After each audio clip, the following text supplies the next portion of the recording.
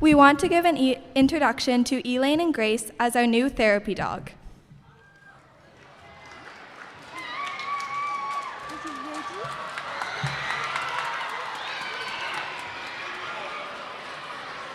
Hi, everyone.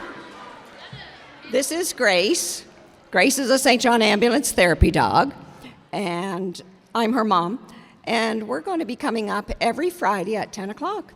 So we'll be in the library every Friday at 10, unless there's something special going on like this, and then we might be there too. So you guys can look forward to Grace coming in to visit. She's a miniature dachshund, miniature long-haired dachshund, and she loves to get out, and she loves kids. And she's got a large wardrobe, so she will be bringing and wearing some of her lovely outfits. And I think there was a request for some of the students wanted to see her ribbons and trophies from her show life. So we'll be bringing those next time. So until we see you 2 weeks from now, have a wonderful March break, and Grace will be back 2 weeks on a Friday at 10 o'clock, and we look forward to seeing you guys then. Bye.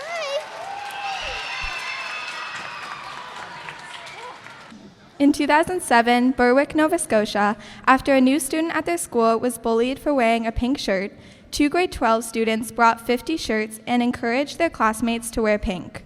The next day, they went to distribute the shirts, and to their surprise, the majority of the students wore pink. With this act of kindness, Pink Shirt Day was born. In recognition of the Berwick event, Nova Scotia proclaimed the second Thursday of September Stand Up Against Bullying Day. In 2008, British Columbia proclaimed February 27th to be the Provincial Anti-Bullying Day, and the movement has continued to grow. In 2012, the United Nations declared May 4th as Anti-Bullying Day, and now, the last Wednesday of each February is Canada's National Pink Shirt Anti-Bullying Day. Many countries now recognize specific days for raising awareness about the prevention of bullying and the promotion of kindness and inclusion. In Canada, many students have heard the Pink Shirt Day message from kindergarten through to their high school graduation. The movement continues to grow. It is in the spirit of the story that each year school groups across Canada take time to talk about bullying.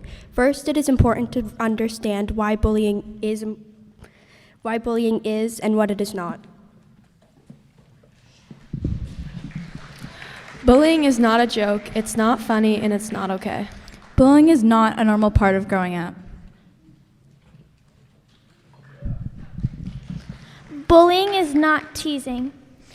Bullying is unwanted, aggressive behavior that involves a real or perceived power imbalance. The behavior is repeated or has the potential to be repeated over time. Please understand that an imbalance of power can be explained as kids who bully use their power, such as a physical strength, access to embarrassing information, or popularity, to control or harm others. Power imbalances can change over time and in different situations, even if they involve the same people. And repetition is bullying behaviors that can happen more than once or have the potential to happen more than once. And bullying includes actions such as making threats, spreading rumors, attacking someone physically or verbally, and excluding someone from a group on purpose.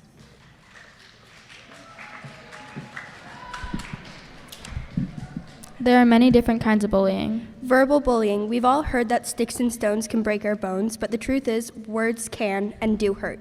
Verbal bullying is a type of bullying that involves verbalizing insults, demeaning comments, or any other form of verbal or written abuse towards an other individual. This can range in severity from name-calling to more extreme sexual comments, slurs, or threats of harm. Physical bullying. Getting stuffed in a locker or tripped in the hallway are class or literary tropes that show a power dynamic. Regardless of how likely these are, they are examples of physical bullying. This type of bullying includes any repeated harassment that causes physical harm to a person and their possessions. For harassment to be considered a type of bullying, rather than an aggressive action, it has to involve a power imbalance, be a repetitive behavior, and be intended to cause harm. Physical bullying can include actions like physically hitting or injuring, spitting, breaking possessions, and making unwanted sexual advantages. Social bullying. The classic movie Mean Girls explains social bullying best with its iconic line, "You can't sit with us." Even though you may not have a Regina George at your school, social bullying is a huge problem. It involves a bully intentionally sabotaging the social aspect of another's life. This can include behaviors like spreading rumors and lies, encouraging exclusion, and damaging one's social reputation by publicly embarrassing them. Often, social bullying goes hand in hand with verbal, physical, and cyberbullying. Cyberbullying. Technology has undoubtedly improved our lives, connecting people worldwide and enabling strong communication. However, with great power comes great responsibility, and the internet is powerful. Cyberbullying is a type of digital harassment that includes online bullying through text, social media, or other forums. Some examples of cyberbullying may be sending hateful messages, making inappropriate posts or comments about someone, and impersonating the subject of harassment online. Cyberbullying is especially frightening because unlike more physical types of bullying, it is very hard to find and escape from the bully. Because many teens are on multiple online spaces, attackers can sometimes find different profiles and continue the harassment. Both kids who are bullied and who bully others may have serious, lasting problems. There's no doubt that bullying can have lasting effects on the target of harassment in many ways. Some common side effects of bullying for the teen being targeted include Fear of going to school, riding the bus, being alone in the hallway, etc., low self-esteem, decreased academic performances, dropping out of school, physical illness, reliance on drugs or alcohol, learned helplessness, higher likelihood of developing mental health complications such as depression and anxiety.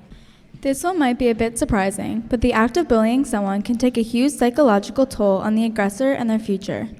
Studies show that 60% of boys who were bullies in middle school had at least one criminal conviction by age 24. Some of the common effects of bullying on those who are aggressors include an increased likelihood of abusing alcohol, drugs, and other substances into adulthood, getting into fights, dropping out of school, having criminal convictions as an adult, struggling to maintain and develop healthy relationships, and having difficulty understanding boundaries and limits. As you might imagine, watching someone get harassed and being unable to do anything can seriously affect someone's well-being. Those who are considered bystanders to an act of bullying can experience things like frequent missing or skipping of school, feelings of fear or guilt for not stepping in, engaging in self-blaming and self-tormenting behavior, higher rates of anxiety and depression, and developing a dependence on substances. After hearing this here is a scary thought, over half of bullied children do not report being bullied to a teacher. So, for those who are experiencing bullying, talk to an adult that you trust and don't be afraid to ask a friend to go with you. Also, you should spend your time with friends who you can count on to support and stick up for you. Know your worth, stand tall, hold your head high, make eye contact, speak firmly, and let the person doing the bullying know that it's not okay. For those who are bullying others, think about this. You can stop. You should also talk to someone you trust who can help you find ways to have healthy relationships. Ask a friend to tell you if they notice if you start bullying others. Remember, you do not have to like everyone, but you do have to respect everybody. Everyone has power. Use yours in a positive way to help others, not hurt them. For those who are witnessing bullying, get help. You are part of the solution. Watching and doing nothing makes you part of the problem. If you see someone who is being bullied, assess the situation. Intervene if you feel safe. If not, get an adult to help.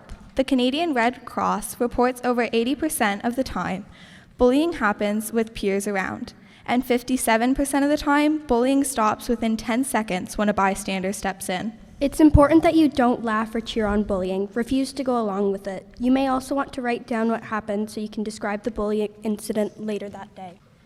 Talk to the person who has been bullied and let them know that they do not deserve to be treated like that, and show them that you care.